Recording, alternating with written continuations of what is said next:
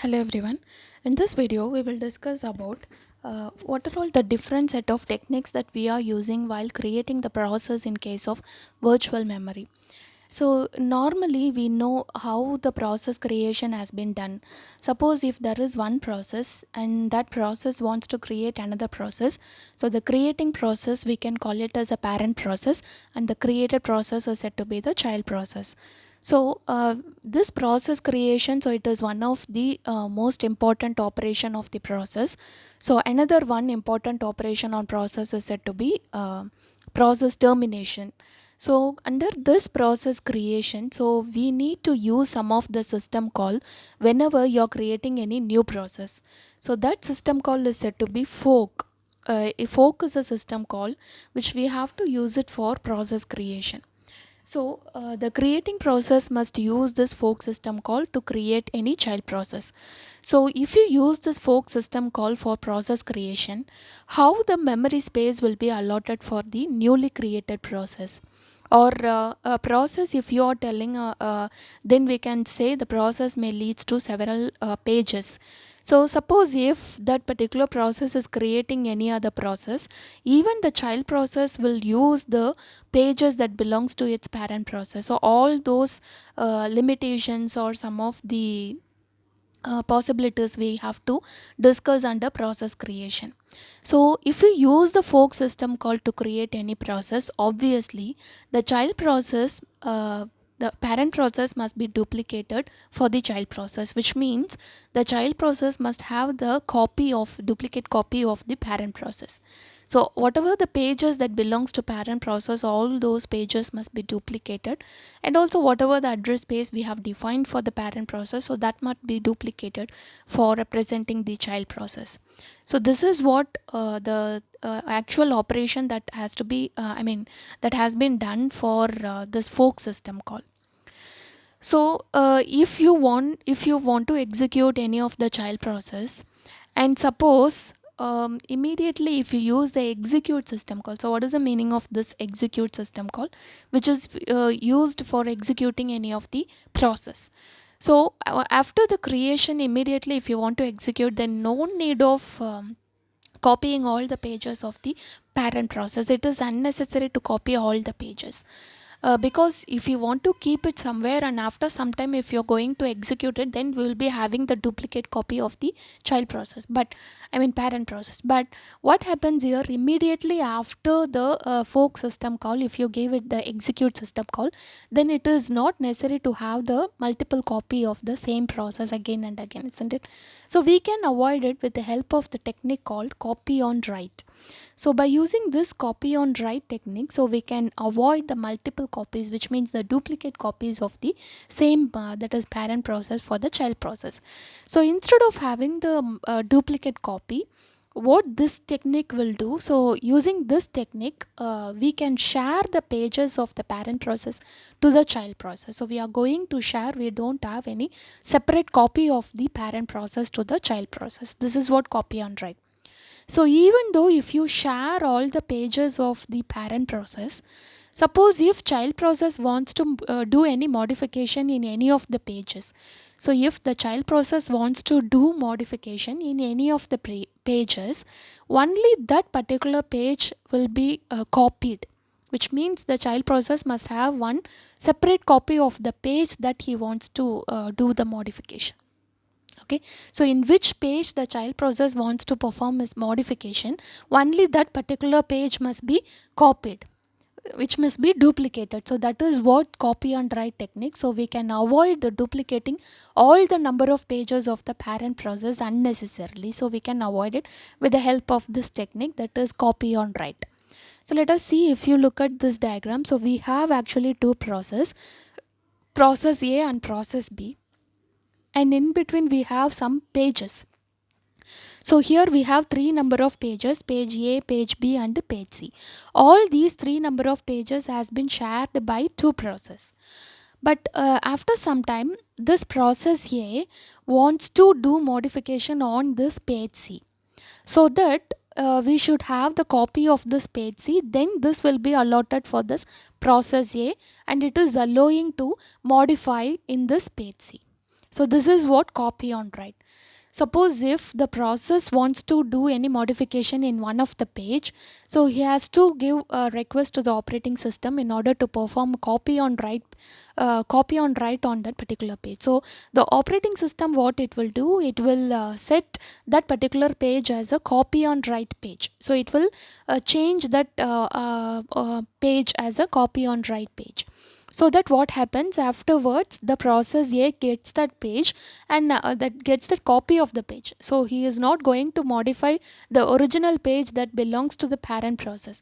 So he is going to modify in the copy of that same page that belongs to the parent process. Only in that copy he will do that modification, and afterwards he will continue its execution. So this is what the copy on write technique. Okay. So now coming to this, after this copy on write technique, so we need to allot some of the free pages for the page that has been copied. So we will be having some set of pages or even a single page. So we need to have it as a duplicate copy, because either of the process must going to modify on this copied page. So any of the process, it is not necessary to only be done by the child process. Either parent or the child process will do this modification. So if he wants to perform modification on any of the page, that page must be copied before performing the modification. So that is what the copy on write technique. So you have to allot space for the duplicate copy of any of the page which you want to modify. So where you need to allot it? So you need to find out whichever the space we have, whichever the free pages that were available of any one of the process, isn't it? So which process is going to modify, so you need to allot some space from that process. So you need to find out which are the pages are said to be the free pages. So here free pages, which are nothing but the pages that were not in use for a long period, so that pages we can call it as a free pages. So it is free to use. So that what you have to do, you have to use one more technique called zero fill on demand. Zero fill on demand is another technique which could be used by the operating system. So it will erase the content of that free page. So it will be getting the free list of free pages from the system. With that list, it will choose any of the page.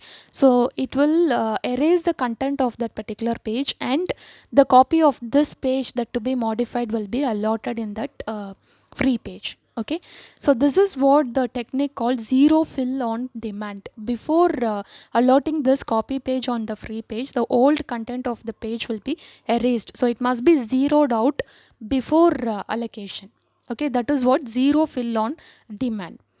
So this two techniques which will be most important in virtual memory, because whenever you are performing this process creation, it is better to go with this technique, that is copy on write and zero fill on demand. So this particular technique which we are using in case of Windows XP, so it is a earlier version of the Windows, and also in Linux and some other operating system are actually using this kind of technique, copy on write technique.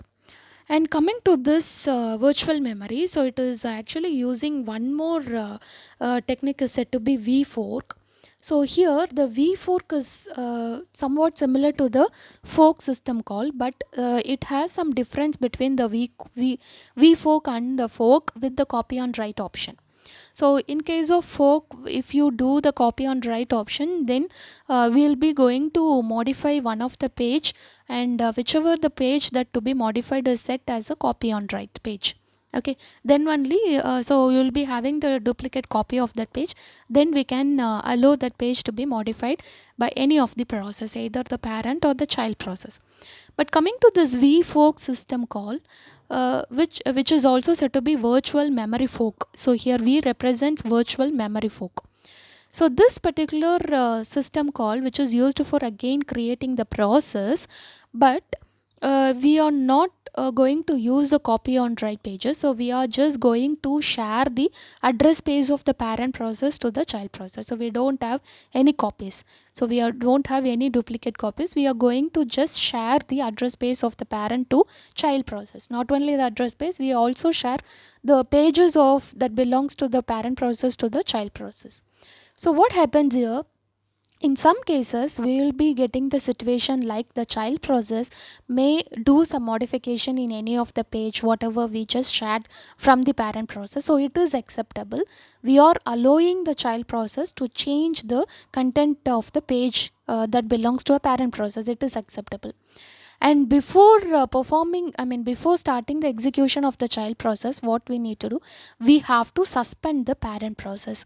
So the meaning of suspending the parent process, which is nothing but we should stop execution of current execution of the parent process for temporarily. So we have to stop its current execution for temporarily. After some time or after the completion of the child process, we can resume its operation. So this is what a suspending the parent process.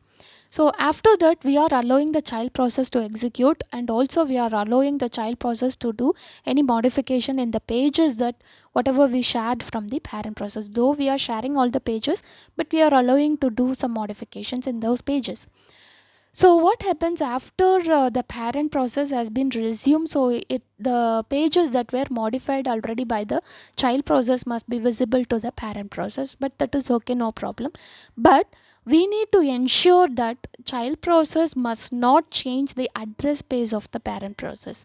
It is allowable to change only the content of the page, but it should not change any of the address space of the parent process. Though we are sharing even the address space of the parent process, it should not change. So we should check that any of the child process is not allowed to change the address space of the parent process. So this is what the functionality of vfork system called in virtual memory. So here vfork is also called as virtual memory fork. So this particular technique or the system call must be used in the implementation of command line shell interfaces. So we will be using these kind of command line which is nothing but the shell programs, or in the Linux we are just using all these shell commands. So in there we are just using this technique called vfork. So this is how about process creation has been done in the virtual memory, and what are all the techniques which we are using for that. Thank you.